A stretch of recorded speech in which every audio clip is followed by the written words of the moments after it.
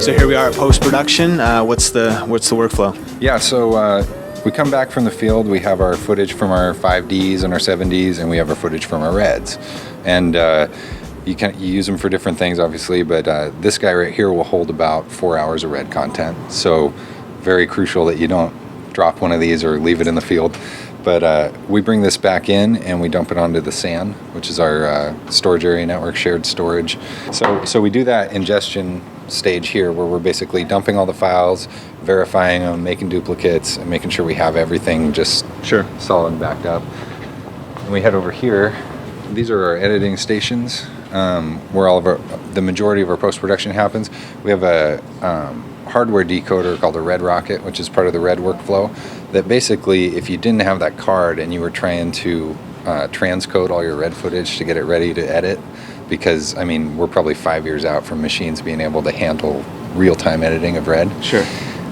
So what that card does is it lets you actually do real-time editing. So it saves us, I mean, upwards of 30-40 hours a week just of computer time. So we bring that footage in here, we do the transcoding, and that's where we do kind of our first light color. So color correction, we're setting our white balance because the Red shoots raw. We're making our preliminary choices of how we kind of want it to feel and look, and then we start the edit process. And now we're here with Andy to continue in the post-production talk. What's up, Andy?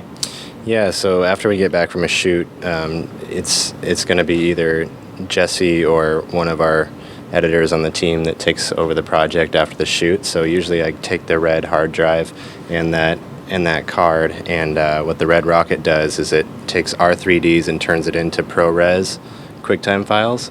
So really what my job is to take the hard drive with the clips, build a Final Cut project, give it to Jesse so he can start editing on those proxies that John was talking about.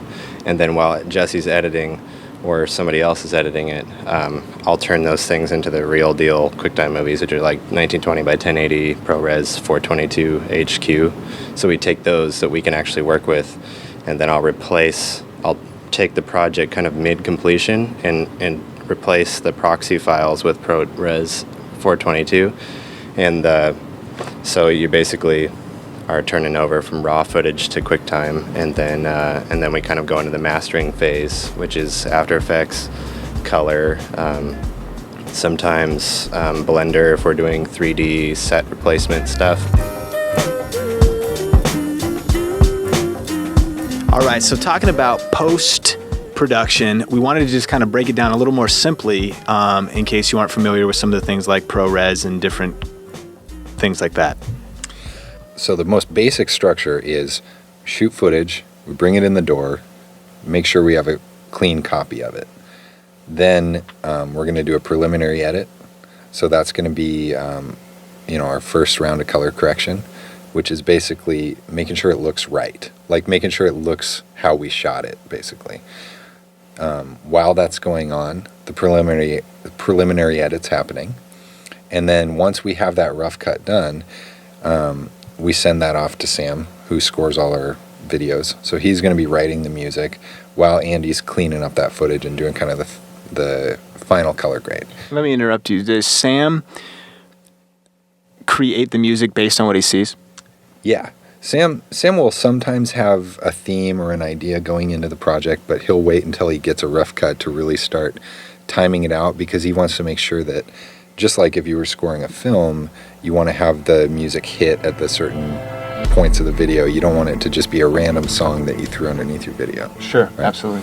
And so while that scoring is happening, it's going into our final stage of post-production, kind of the mastering phase, where what we're trying to do is pick a look.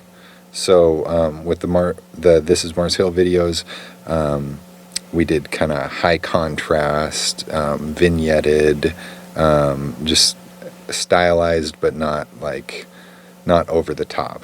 And so Andy's doing that and making one video to the next kind of flow, but also just making sure that each shot within the video flows one into the other, so that you don't have one random shot that looks like it's not where it's supposed to be.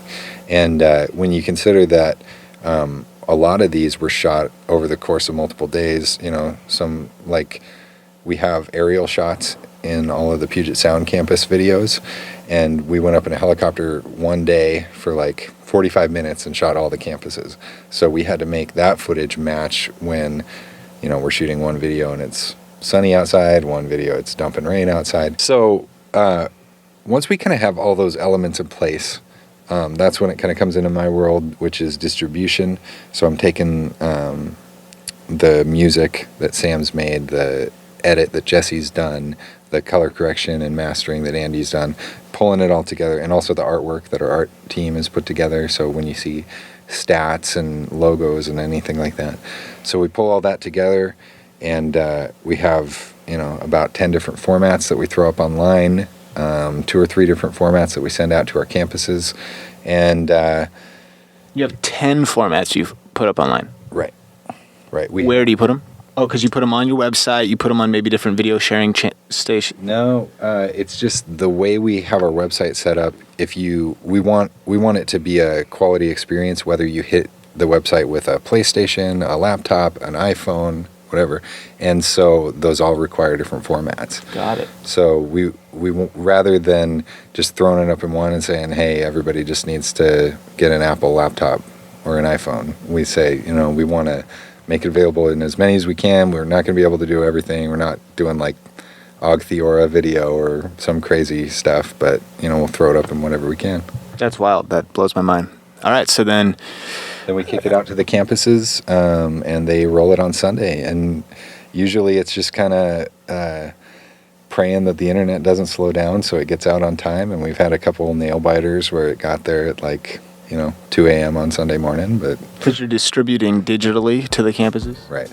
Yeah, because, I mean, we have a campus in Albuquerque, New Mexico. We have a campus in Olympia, which is about an hour and a half drive from here. So physical distribution just wouldn't work for the kind of stuff we're doing. So that was it. That was the workflow to get those videos done, as well a lot of the workflow here at Mars Hill. So any last thoughts, Jesse? I think the main thing we got some kind of tricky gear with like the red and stuff like that. That's a lot of fun. But the main thing to remember with all this kind of stuff is that you're supporting the pastors, and to make sure that whatever they're trying to communicate is communicated. And whether you do that with a red camera or flip cam or your iPhone or whatever you've got, if you do that and you can distribute that online and get it out to people and help communicate their message, it's a win. So I think making sure that the focus from what we do isn't on, hey, it looks good, but mostly, you know, are we communicating what the pastor's trying to say? And if we can do that, then it's a win. Cool. And if anybody wants to connect with you guys are on Twitter, you have blogs. What are those? I'm on Twitter. It's just Jesse Bryan, at Jesse Bryan, JESSEBRYAN. And we do some stuff on our creative blog. Blog as well. You're on Twitter at? Yeah, Johnny Clem, JOHNNY, CLEM. Awesome. We'll follow these guys and stay connected because as, you know, just keep learning more things. Think International, Think Media TV, helping you move further, faster in media. It's a really important question, and you probably get this question all the time, just kind of while we're in the middle of this workflow thing. But you know, honestly, just head-to-head, one-on-one, you versus Jesse at StarCraft 2, random selection map, but you get to be the race of your choice. Who's going to win? I'd say if it's a map with destructible rocks, I'm going to be favored just based on my Zergling Rush strategy. However, if I can't sneak an Infestor in the first 5 minutes, I'm going to be pretty outnumbered. Because Mutalisk versus fully upgraded Marines is a pretty hard row to hoe. Yeah. So it just sounds like pretty much pure rush is like your gameplay here. StarCraft is pure brutality from start to finish. And if you let your guard down for 60, 70 milliseconds, you're going to find someone creeping onto your creep.